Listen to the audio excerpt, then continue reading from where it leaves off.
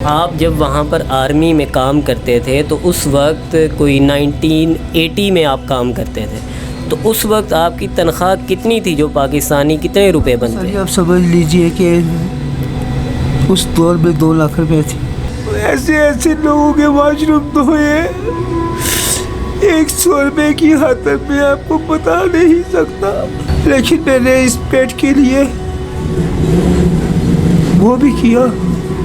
बस मुझे दांत लगवाते मैं खाना नहीं खा सकता। मैं कितने कितने दिन भूखा रहता हूँ।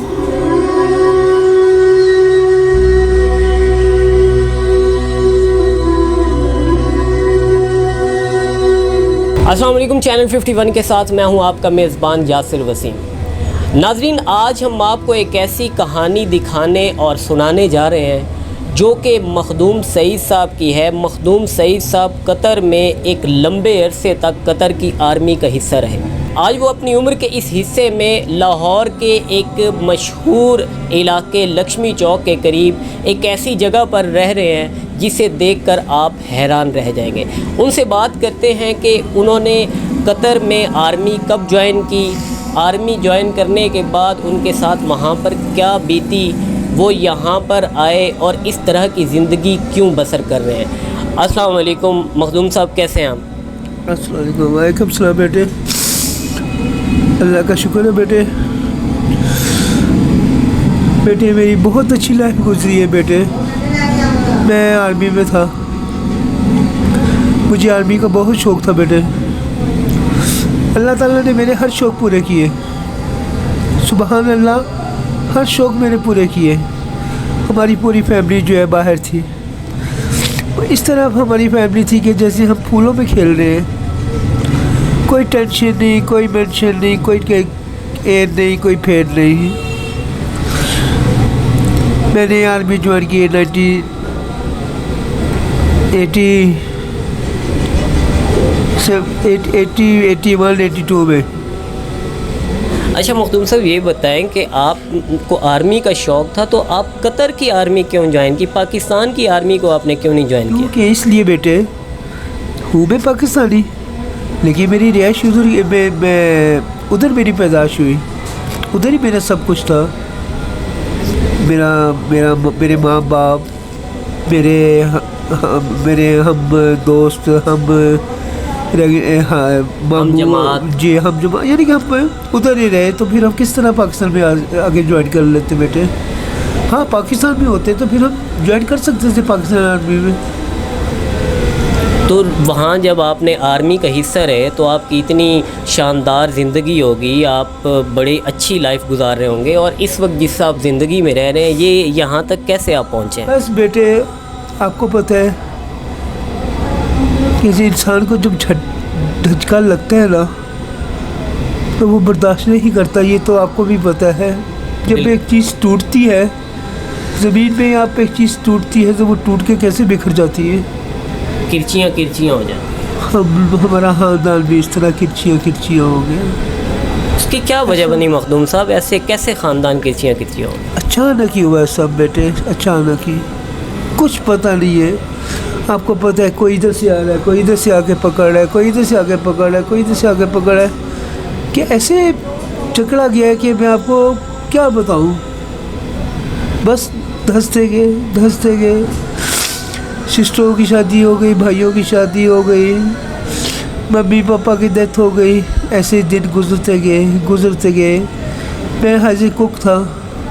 अच्छा। मैं हर जगह पे, मैं 6 महीने साल काम करता था, वहाँ से भाग जाता था। जैसे आपको पता, पाकिस्तानी ज़रा तंग किया तो मैं ऐसा था, जो मुझे तंग करता था तो मैं उस जगह को छोड़ देता था, सैलरी वगैरह नहीं देखता था। और जितने भी मैंने काम किया माशाल्लाह सैलरी अच्छी मिली है। पाकिस्तानी क्या, इंडियन क्या, टैलेंटेड क्या, हर खाने मुझे बनाने आते थे। अल्लाह ताला ने, मैं कह रहा हूँ कि अल्लाह ताला ने मुझे इतना हुनर दिया, मैं आपको बता नहीं सकता। और अब भी अल्लाह ताला, मेरे दोस्त भी हैं, मैं उनसे लड़ता भी हूँ, मैं उनसे झगड़ता भी हूँ, मैं उनसे बहुत कुछ कहता हूँ, रोता भी हूँ, नाराज़ भी होता हूँ। बहुत कुछ करता हूँ अपने खुदा से, अपने अल्लाह से। हर रोज़ रात को, दिन को क्या, रात को हम तो अल्लाह ताला और मैं हम ऐसी गहरी सोच में होते हैं और बातें कर रहे होते हैं कि मैं आपको क्या बताऊँ। अच्छा मखदूम साहब, आप कतर में थे तो आपके जो क्लास फेलोज़ दोस्त सारे तो कतर में रह गए, तो अब यहाँ पर आप इस उम्र में कैसे गुजारा अकेले कर रहे हैं? देख लीजिए, भीख मांग के। जब से मेरे साथ ये हादसा हुआ है उसके बाद भीख मांगनी शुरू कर दी। इंसान कहते हैं कि खुदा की पकड़ में आ जाता है, आपको भी ऐसा लगता है कि आप खुदा की पकड़ में आए हुए हैं? नहीं, हो भी सकता है, लेकिन मैं अपनी पकड़ में खुद आया हूँ। मैं किसी को कुछ नहीं कहना चाहता। इंसान की खुद गलती होती है। इंसान अपनी पकड़ में खुद जो जाता है, खींचा जाता है। हम बोल दें कि जी नहीं मेरे माँ बाप ने, नहीं जी मेरी बड़ी सिस्टर ने, नहीं जी मेरे उसने, नहीं जी मेरे उसने, उन्होंने मुझे धोखा दिया, ये किया वो कि नहीं। ये सब बातें हैं जो हम लोगों ने अपनी ज़हनों में बैठाई हुई है, अपने गंदे ज़हनों में बैठाई हुई है। जो कुछ होता है अपने एक नसीब से होता है। अपने नसीब को तो नहीं आप नहीं टाल सकते, ठीक है ना? बिल्कुल नहीं टाल सकते, जिसकी वजह से हम आपको क्या क्या क्या क्या बताएं। अच्छा मखदूम साहब, ये बताएं कि जब आप आर्मी में थे और वहाँ पर एक ज़िंदगी गुजार रहे थे तो आपने शादी वगैरह नहीं की वहाँ पे? बस बेटे, मैंने आपको बताया ना, यारों दोस्तों के साथ अरब एक याश मुल्क था। हर महीने छुट्टी हो रही है, हर 10 महीने के बाद तो हम लोग पाकिस्तान नहीं आते थे। कभी इधर निकल गए, कभी इधर निकल गए, कभी इधर निकल गए, कभी इधर निकल गए। इसी तरह हम अपनी छुट्टी गुजारते थे। इसी तरह मेरी लाइफ गुजरी है। अच्छा, तो मतलब आपके बीवी बच्चे नहीं हैं मतलब? नहीं। तो आपको ये लगता है कि मुझे ये जो सुन्नत है शादी वाली ये अदा करनी चाहिए थी जवानी में? बस बेटे, आपको बताया ना, जो गलती हो गई, जो बिखर गए। अब उनको जमा तो नहीं किया जा सकता। अब इस उम्र में आकर मैं शादी तो नहीं कर सकता। नहीं, शादी तो नहीं कर सकते, मतलब मैं ये कह रहा हूँ। छोड़े इस लैंग्वेज को बेटे। सही। अच्छा मखदूम साहब, इस हवाले से हम बात करते हैं कि आप पाकिस्तान कैसे वापस आए? यहाँ पर आपका कौन रहता था कि आप उधर से यहाँ पे आ गए? हमारा इधर घर था बेटे, अपनी रिहाइश थी, अपना घर था। सही है। जब वहाँ से आए तो हम अपने घर में आए। कुछ हाल मैंने आपको बताया ना। सही।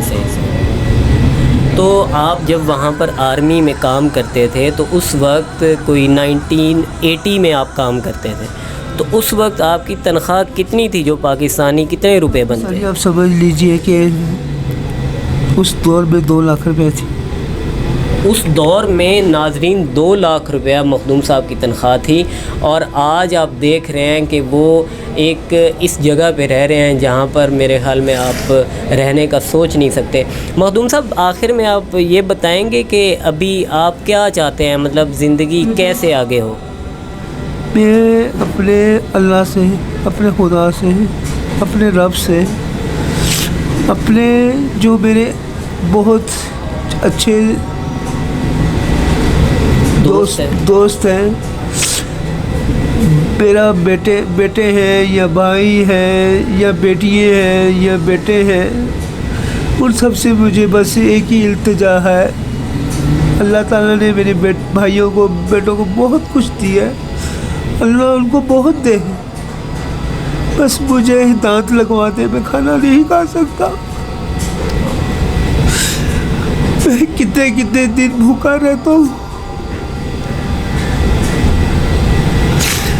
मैं खाना नहीं खा सकता। डबल रोटी के साथ, भात के साथ, इस चीज़ के साथ गुजारा करता।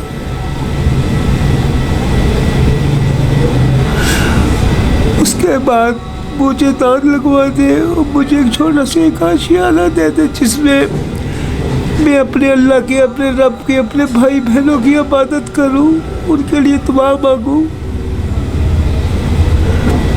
और अपने अल्लाह की दुआ करता रहूं, अपने अल्लाह के आगे झुका रहूं। और अपने बहन भाइयों को उनको इतना दे। उन्होंने एक ऐसे भाई को दिए, बेटे को दिए। मेरे कोई एक होता है ना, इंसान को लालच है, मुझे लालच नहीं। जो भी मुझे अपने हाथों से मुझे मत दे। मुझे समझे कि ये अल्लाह की तरफ से, ये लो बेटे, ये चाबी है, ये रिमोट है, आप गुजारा करें और हमें दुआएं दें।